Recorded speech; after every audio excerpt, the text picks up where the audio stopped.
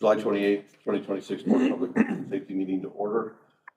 Lindsay, any announcements or presentations? Nope, not today. All right, with that, we'll move to the consent agenda. We're gonna have to table item 4A. I was not here, so we don't have a quorum for that, but is there a motion for item 4B? Motion. I will second. Motion by Steve, second by Jeff. All in favor, please say aye. Aye. Aye, motion carries. Next up, item 5A. And B, I assume we'll talk about those kind of at the same time, but first item is request to award and quote and approve contract for Fisher Sports Complex. I assume Jonathan, that would be. It is me. I'll come around. If you want to talk about both, like. Yeah, yep.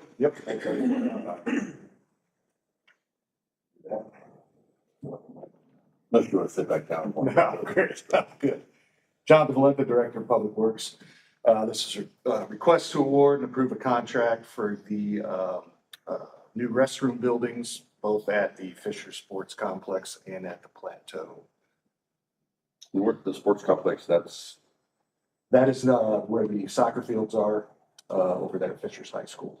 okay. Are we doing one at HSE too? Or? Correct. So the Fisher Sports Complex is the one where the soccer fields are Okay. located. Not the new turf field. Correct. Got it. And then the Plateau area is at HSC. Got it. Okay. I was thinking the new turf. Yep. All right, great. Any other questions? None. All right, I'll make a motion to approve item 5A. Is there a second? Second. Motion by Jeff, second by Steve. All in favor, please say aye. Aye. Motion carries. Same for item 5B. Is there a motion? Motion. I will second. Motion by Steve, second by Jeff. All in favor, please say aye. Aye. Motion carries. Yeah, I forgot to ask, what's the timeline on that? We were hoping to start breaking ground here starting next week. They already started the utilities, which were approved last board. Yep, thank you. Next up is item 5C, request to approve lease for storage for case data required for.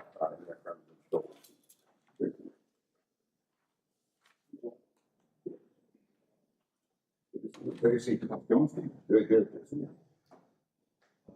Tracy Gaynor, IT Director with the city. For you is a request to, this is an interesting one for us. This is a problem we've been trying to fix for a lot of my time here at the city. And what's nice, the challenge that we face, without getting into too much detail, the ICAC task force is routinely dealing with an increased amount of casework that is growing exponentially, just nature of what they do when a single case could be terabytes upon terabytes of space.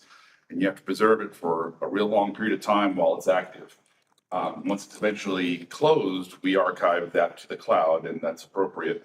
But when it's active, it needs to be basically on premise. So inevitably, I come to the board very routinely asking for capital improvement dollars to buy storage, and you try to guess at the amount of space you need, and you kind of cross your fingers, but you really don't know day to day how many cases are coming in today versus how many are coming in next month, or that kind of a challenge. So the scalability is a real challenge, and the expense is a real challenge. It is not viable just to keep coming and saying we need $1 million every couple of years, keep adding this, but not doing the work isn't really a viable option either. So we've been really looking for a new long-term solution for some time, and this is a product by a storage company called Pure, who we like, but it's called Evergreen, and it's kind of the best way I can try to describe it without getting too technical. It is leased rental of a storage level agreement, of a service level agreement.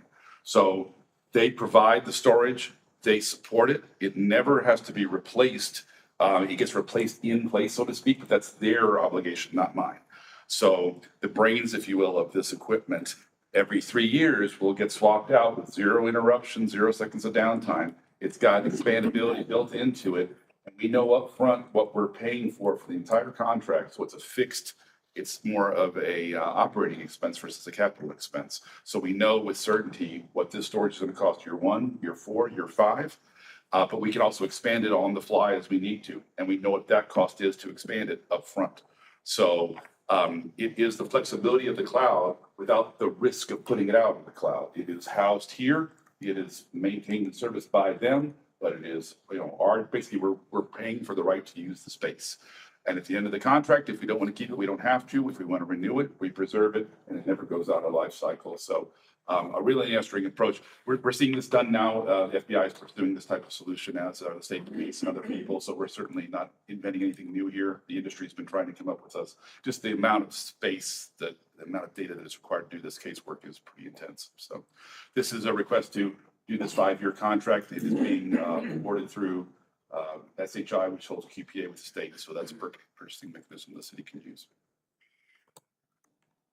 What is the access requirements for that data for law enforcement? I know there's public records retention requirements, like for, So the cost of cloud storage is so much more affordable. We, as just a city policy, will preserve a closed case fairly indefinitely, because you never know if it might come up in appeals or, come back to court or be relevant in another case down the road. So we like to preserve it, but it's basically cold and archived and preserved out in the cloud. But in a CJIS FedRAMP, very secure, very auditable solution. Why you can't do that with open casework is, I don't know if everyone's downloaded a file, right? Where if that download has even one bit of damage, then the installation doesn't work. So you have to kind of blow that download away and download it again and try it again.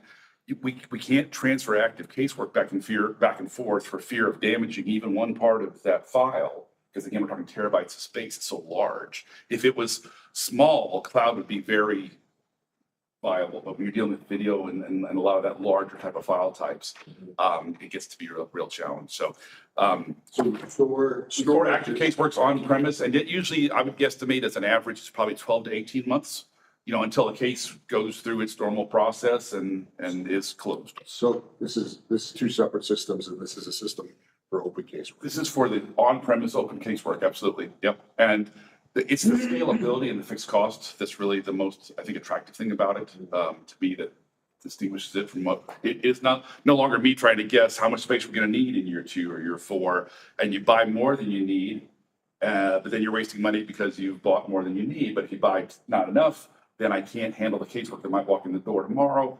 So it's a challenge to try to do it the traditional model of just buying capital equipment. So. Yeah, I mean, it goes without saying that it's disturbing that we have, I'm happy to do it, but it's disturbing that. Yeah, it's sad the demand is so strong. Yeah, and we're having more and more communities join the task force, so the amount of work is only increasing. All right, with that, I'll make a motion. Is there a second? Second. Motion by Jeff, second by Steve. All in favor, please say aye. Aye. Aye, motion carries. Thanks. Tracy. Item 5B, request to approve 2026 fire and EMS service contracts. We had D, right? I have D as fire and service. Fire and EMS. Sorry. Rich, you'll be able to turn out. Good. Yeah. You're on deck. Yes. Good morning, Ian Smith, Fire Department. Before you is the 2026 agreements between the city and Delaware and Fall Creek Townships for EMS and fire protection services.